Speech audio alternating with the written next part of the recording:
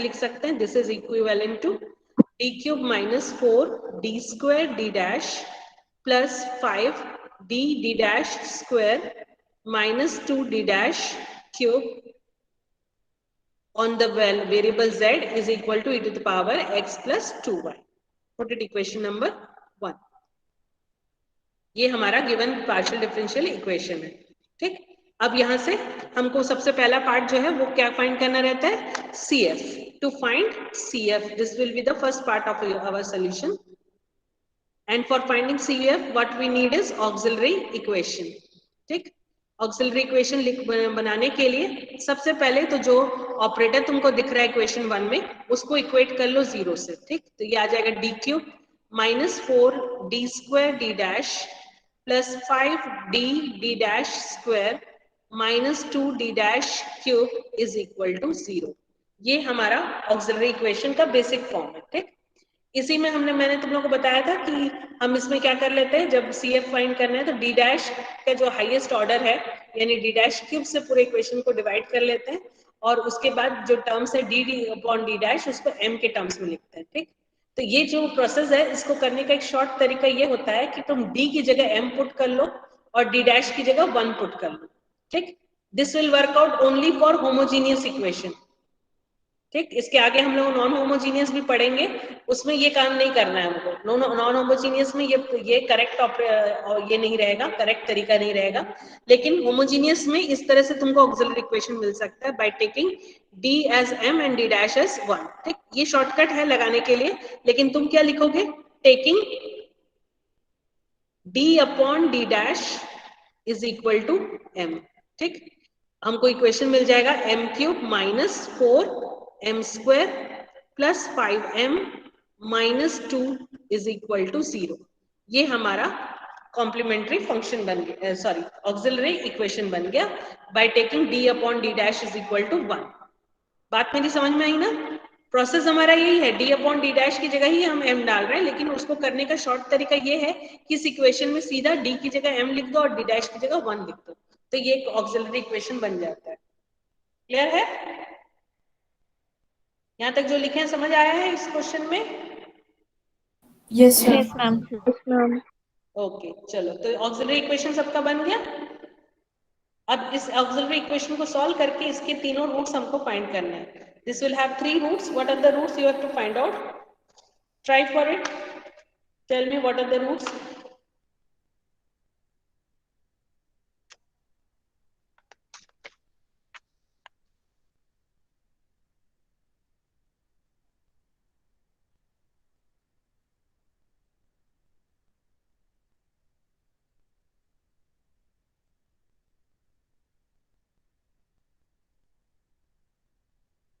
किसी को मिला क्या रूट्स आ रहे हैं?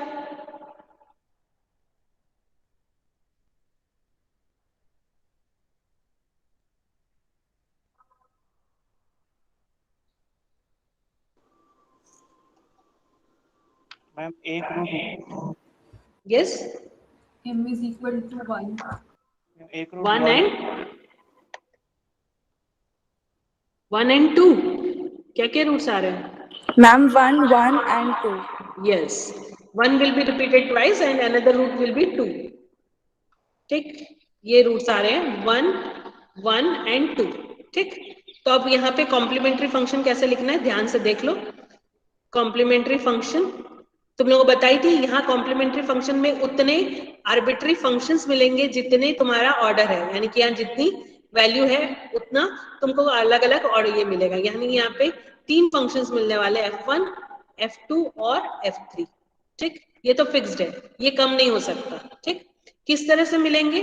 ऑर्डर कुछ भी चेंज करने से, नाम बदलने से कोई फर्क नहीं पड़ता. f1 को f2 को लिखा या f2 को f3 लिख लिया, कोई फर्क नहीं पड़ता. 3 अलग अलग फंक्शंस होने चाहिए. ठीक, अब जैसे ये डिस्टिंक्ट रूट जो है उसको मैं पहले यूज कर ले रही हूँ.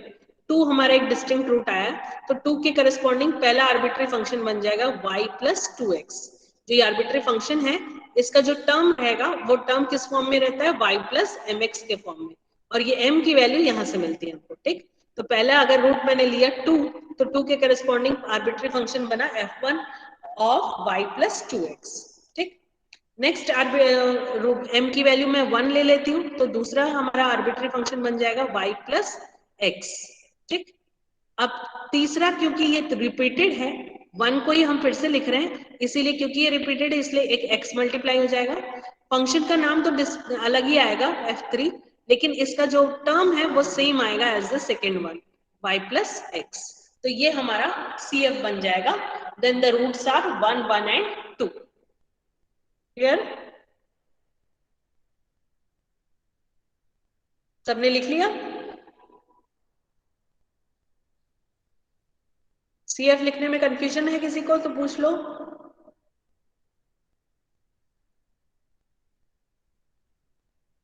नहीं?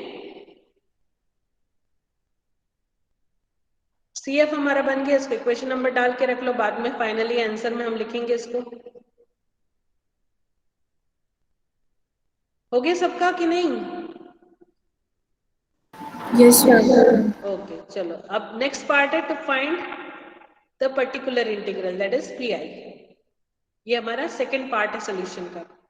तो PI की वैल्यू मैंने बताया हमेशा सबसे पहला स्टेप हम यही लिखते हैं 1 upon the operator on the left hand side, यानी यहाँ पे क्या है d क्यूब माइनस कितना आया था 4d square d dash, 4d square d dash plus 5d d dash square minus 2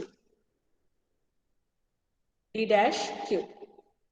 ठीक, this operator applied on the function on the right hand side, that is e to the power x plus 2y। ये step तो हर एक में लिखना है तुमको, 1 upon the operator into the function on the right hand side.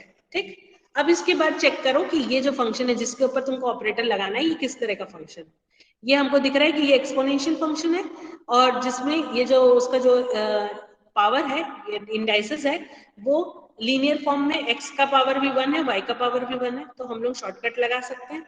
Shortcut कैसे लगाना है हमको, ये 5d डैश को तुम यहाँ पे पहले लिख लो साइड में। 5d डैश, ये जो इक्वेशन है वो है d cube minus 4d square d dash plus 5d dash d dash square minus 2d dash cube. इसको लिख लिया। अब यहाँ पे d की जगह पुट करो a क्या होता है x का कोएफिशिएंट, यहाँ क्या है x का कोएफिशिएंट 1, तो d की जगह पुट होगा 1। और b क्या होता है, d डैश की जगह क्या पुट करेंगे b is the coefficient of y का कोएफिशिएंट क्या है 2, तो यहाँ d डैश की जगह पुट करेंगे 2।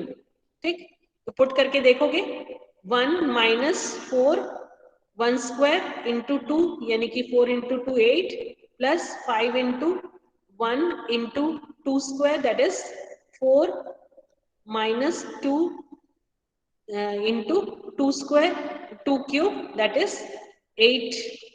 ठीक, इसको सॉल्व करके बताओ मुझे कितनी वैल्यू आ रही है इसकी।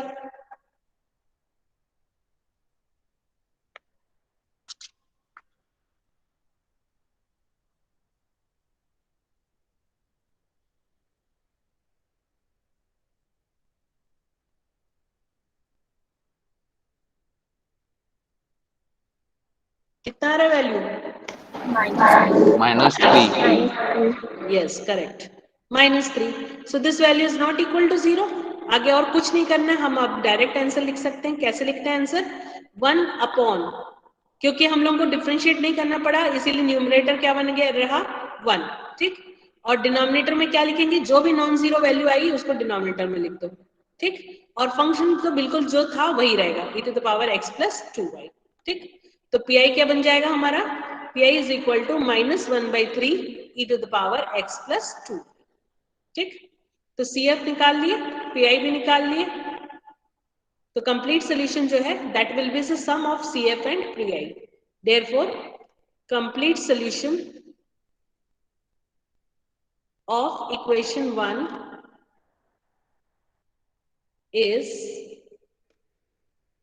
The dependent variable. यहाँ डिपेंडेंट वेरिएबल क्या है, z न्यूमरेटर में था तो z डिपेंडेंट वेरिएबल है, z is equal to CF plus PI, that is we are getting z is equal to CF की वैल्यू क्या थी, f1 of y plus 2x plus f2 of y plus x plus x into f3 of y plus x plus no, rather it is minus, so minus 1/3 e to the power x plus 2।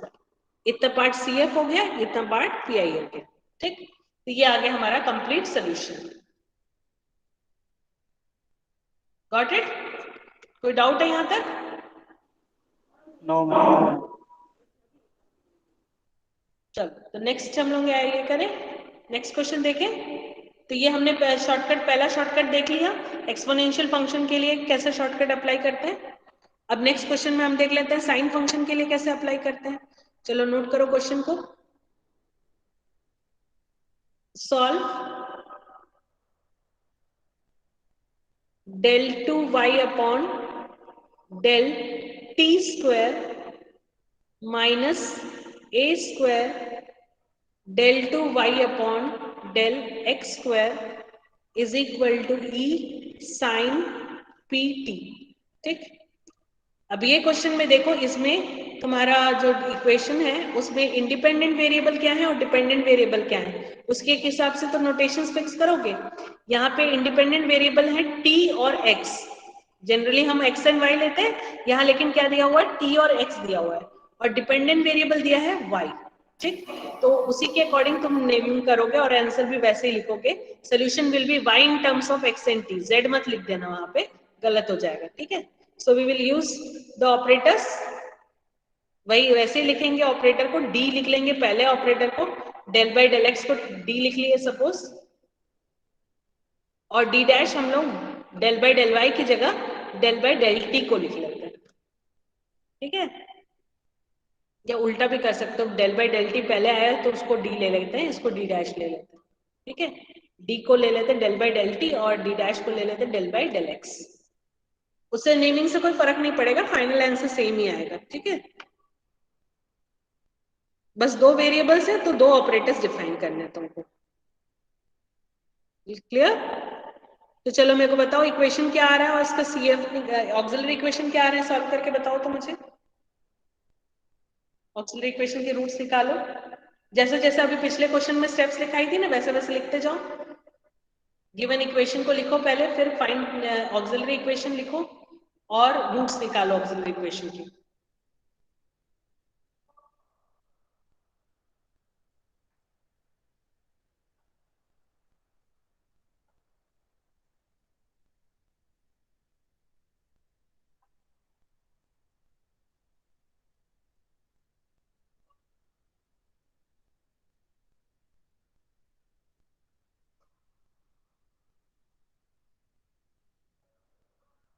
किसी का हुआ?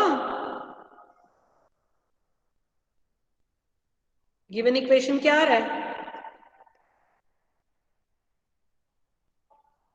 D square minus A square D dash square upon y e to the power e into sine pt, यही आ रहा है ना? Yes, Yes, ma'am. ma'am. Yes, ma'am. तो auxiliary equation क्या बना बताओ? D square minus A square D dash square equals to 0. हाँ, इसको m के टर्म्स में लिखोगे तो क्या इक्वेशन बनेगा? M square minus A M square square minus A square yes correct, equals to 0. Correct, m square minus A square equal to 0। तो m की वैल्यूज मिल जाएंगी, क्या क्या आएंगी m की values? plus minus A. Yes, plus and minus A. Good, यहाँ तक हो गया सबका?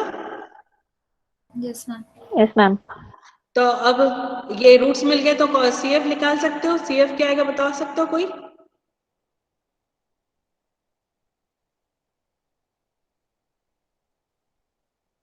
रूट्स तो मिल गए हमको, तो CF क्या आएगा बताओ?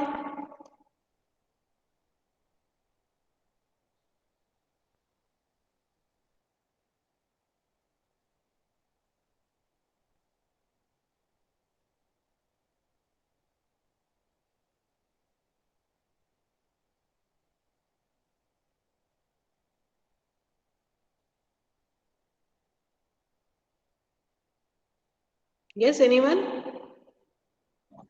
Ma'am, F1. F1 अच्छा ठीक है, चलो नमन बता रहे हो क्या? नमन तुम बताओ। Yes ma'am, f1y plus ax और plus f2y minus ax।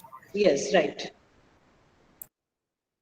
I hope सबसे बन रहा है, किसी से अगर नहीं बन रहा है अभी पूछ लो, ये एकदम इजीएस्ट पार्ट है, ये बनेगा नहीं तो फिर आगे तो बहुत ही मुश्किल है। f1 of y plus ax plus f2 of y minus ax, एक रूट a आ गया, एक रूट माइनस a आ गया। ठीक, अब आ जाते हैं पीआई पे। पीआई के लिए हमेशा पहला स्टेप तो हम डायरेक्ट वैसे ही लिखेंगे, डी स्क्वायर माइनस ए square D dash square, operator जो है उसको लगाएंगे, function on the right hand side function था ई साइन पीटी। ठीक, अब यहाँ पे देखो, इसमें ई जो है इसके बारे में कुछ बताया नहीं गया है, तो हम लोग मान के चलेंगे कि इट इज कांस्टेंट। कांस्टेंट के ऊपर ऑपरेटर नहीं लगता, कांस्टेंट को हम ऑपरेटर के बाहर निकाल देते हैं। ठीक, D square A square D dash square sine PT.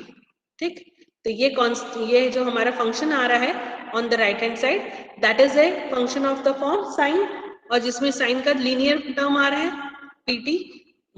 तो हम लोग साइन पीटी जो है उसको ऐसा भी लिख सकते हैं, sine pt plus 0 into x, यानी कि t का कोएफिशिएंट आ रहा है p और x का कोएफिशिएंट आ रहा है 0। ठीक, तो पहले फाइ डी डैश को यहाँ लिख लेते हैं। फाइ डी डैश जो दिया हुआ है वो है डी स्क्वायर माइनस ए स्क्वायर डी डैश स्क्वायर।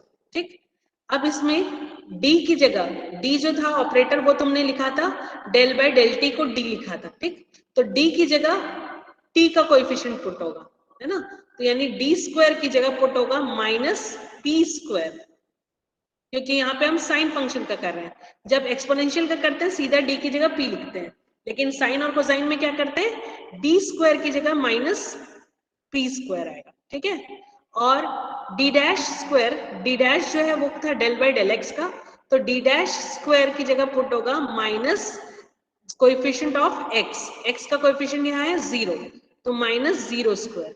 ठीक, और एक टर्म का भी निकालना रहता है, हम लोग लिख के रख लेते हैं, जरूरत पड़ेगी तो पुट करेंगे। D D dash, D D dash आ जाता है कोई minus of coefficient of the first variable यानी t का कोएफिशिएंट जो कि हो गया p, और into coefficient of the second variable यानी x का वेरिएबल यानी कि 0, तो ये आ गया 0। ठीक, यानी डी स्क्वायर की जगह पुट होगा minus p square, D dash square की जगह पुट होगा 0, और डी डी डैश की जगह भी पुट होगा 0। तो यहाँ पे पुट अगर करें हम लोग तो हमारा जो टर्म है f ऑफ, ये जो टर्म है उसमें पुट करो क्या है, सॉरी 5 में आएगा ना, 5 of minus p square minus 0, या माइनस 0 इज 0 इटसेल्फ एंड 0। ठीक, वो क्या आ जाएगा वैल्यू, यहाँ पे हमारा जो इक्वेशन था उसमें एक टर्म डी स्क्वायर के फॉर्म में, उसकी जगह पुट हो जाएगा माइनस पी स्क्वायर, ये टर्म डी डैश स्क्वायर के पुट जगह के फॉर्म में, तो डी डैश स्क्वायर की जगह पुट हो जाएगा 0, तो ये आ गया 0 माइनस पी स्क्वायर। ठीक, नाउ p के बारे में तो कुछ बताया नहीं गया है, तो हम मान के चलते हैं कि p is not equal to 0, कुछ मेंशन नहीं है तो हम उसको नॉट इक्वल टू 0 कंसिडर कर लेते हैं, minus p square is not equal to 0, so we will get the solution e into 1 upon minus p square into sine PT. ठीक, यानी आंसर आ गया minus e upon p square sine pt, ये हमारा particular integral बन गया। ठीक है, समझ में आया? कंफ्यूज मत होना, ध्यान एक बार अच्छे से देख लेना किसकी जगह क्या सब्स्टिट्यूट करते हैं शॉर्टकट में, है ना। जब एक्सपोनेंशियल है तो d की जगह a, d डैश की जगह b, जब आगे साइन कॉस में तो d square d dash square d d dash, मतलब सेकंड ऑर्डर के टर्म्स का ही बात करेंगे हम लोग, फर्स्ट ऑर्डर के टर्म्स की बात करेंगे। ठीक, d स्क्वायर की जगह minus a square, d dash square की जगह minus b square, d d dash की जगह minus ab, like that we'll put. So now we have got the CF and PI from equation 2 and 3. You can write the complete solution from equation 2 and 3. Complete solution of equation 1 is CF, the dependent variable, यहाँ dependent variable y था, है ना, question में हमने देखा था y के respect में, y को t और x के रेस्पेक्ट में डिफरेंशिएट किया था, तो यहाँ y लिखेंगे, y is equal to CF की वैल्यू आई थी F1 y plus ax plus, sorry ये y प्लस ax लिख दिया था क्या, y प्लस ax नहीं आएगा, इसको करेक्ट कर लेना,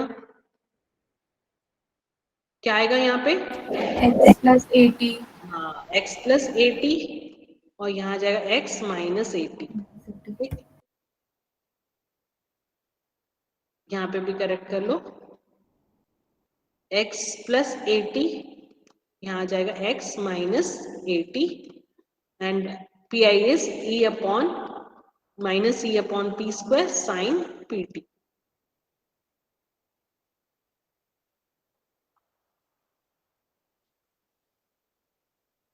गॉट इट? शॉर्टकट्स लगाना कैसे समझ में आ रहा है ना? yes ma'am. चलो नेक्स्ट क्वेश्चन देखते हैं, उसमें थर्ड केस का हम ले देखेंगे शॉर्टकट कैसे अप्लाई हो रहा है. Solve d square plus 3dd dash plus 2d dash square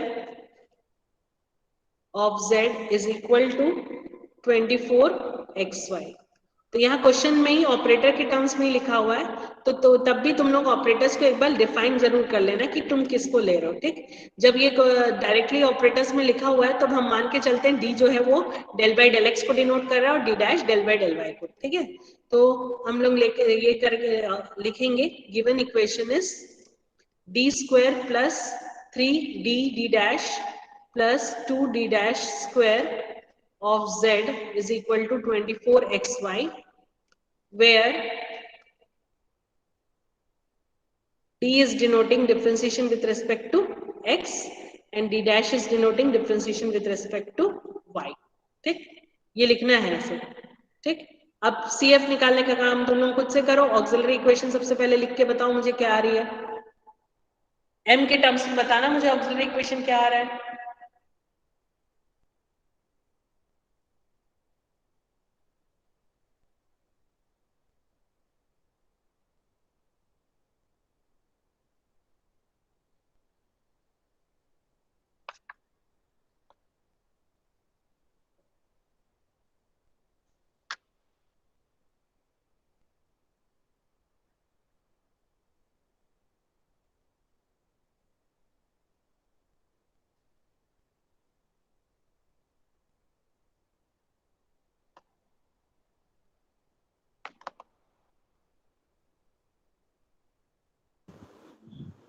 ma'am -2.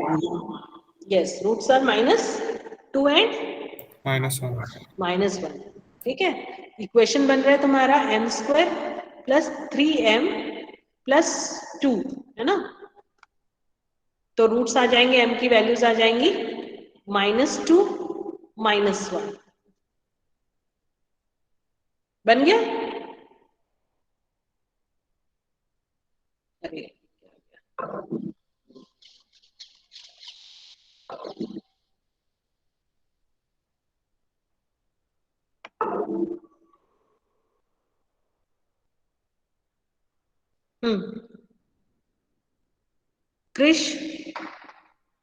Krrish Chopra. Yes ma'am. हाँ चलो, तो मुझे बताओ तो CF क्या आएगा. मैम F1 y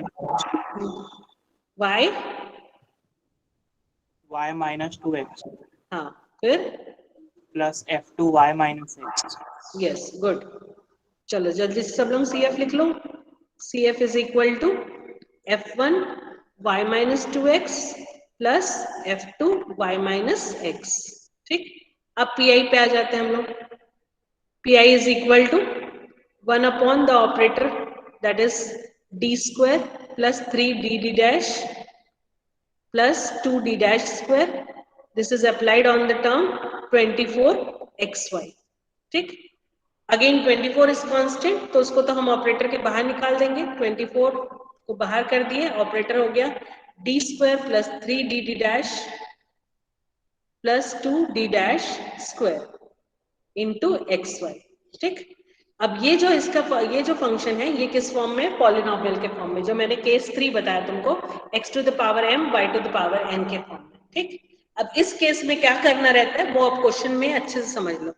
सबसे पहले जो हमारा इक्वेशन है उसमें से d का जो हाईएस्ट डिग्री टर्म दिख रहा है तुमको, मतलब जो भी हाईएस्ट डिग्री है तुम्हारा उसका उतना टर्म d के पावर में बाहर निकाल लोगे सबसे पहले, है ना। यानी कि d स्क्वायर को मैं यहाँ कॉमन निकाल लूंगी क्योंकि d का हाईएस्ट पावर यहाँ मुझे स्क्वायर दिख रहा है। ठीक, अगर इसमें से d स्क्वायर को मैंने कॉमन निकाल लिया तो ये जो टर्म्स है ये बन जाएंगे 1 plus 3 d dash upon d plus 2 d dash square upon d square into xy। ठीक, that can be written as equal to 24 upon d square. ये जो टर्म है इसको मैं न्यूमरेटर में लिखने वाली हूँ सेम टर्म को, तो ये पावर बन जाएगा इसका -1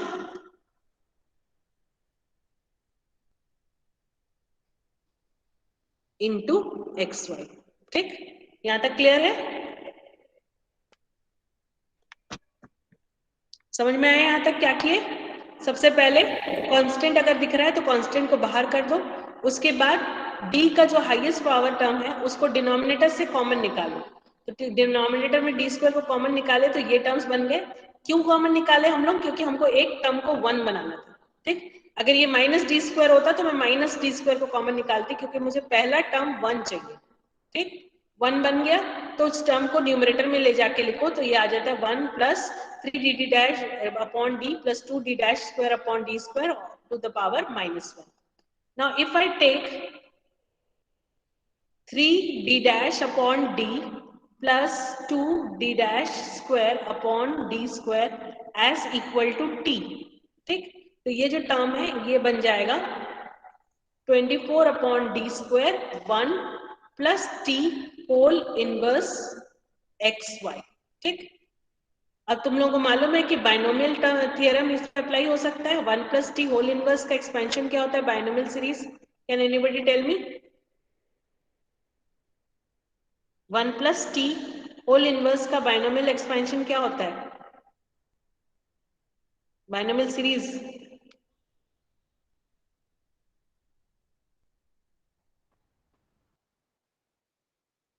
किसी को भी याद नहीं है?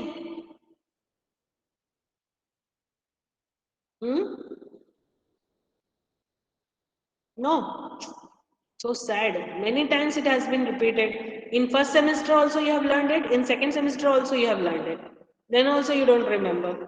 1 plus 1 t minus x 1 plus nx. 1 minus x plus x square minus minus 1. Okay, चलो किसी को याद है? 1 minus t plus t square minus t cube so on, this is the expansion, ठीक, of xy। जहां पे t की value क्या है, ये दो टर्म, तो ये एक इन्फिनाइट सीरीज होती है ना। लेकिन इस इन्फिनाइट सीरीज को हम पूरा इन्फिनाइट टर्म्स तक के नहीं लेते, we only take it to the power where देखो d डैश जो है वो न्यूमरेटर में है ना, d डैश न्यूमरेटर में है यानी कि y के रिस्पेक्ट में डिफरेंशिएट होगा। ठीक है, तो y का जो हाईएस्ट पावर दिख रहा है यहाँ पे उतने पावर तक के हमको टर्म्स को लेना रहता है, यानी यहाँ y का पावर 1 दिख रहा है तो मैं ये जो सीरीज है इसको सिर्फ t का पावर 1 तक के लूंगी, बाकी टर्म्स को मैं छोड़ दूंगी। ठीक है, तो ये टर्म जो है वो आ जाएगा 24 upon d square 1 minus t की वैल्यू बस पुट कर लो, t की वैल्यू क्या लिया था हमने 3d dash upon d plus 2d dash square upon d square, 3d dash upon d plus 2d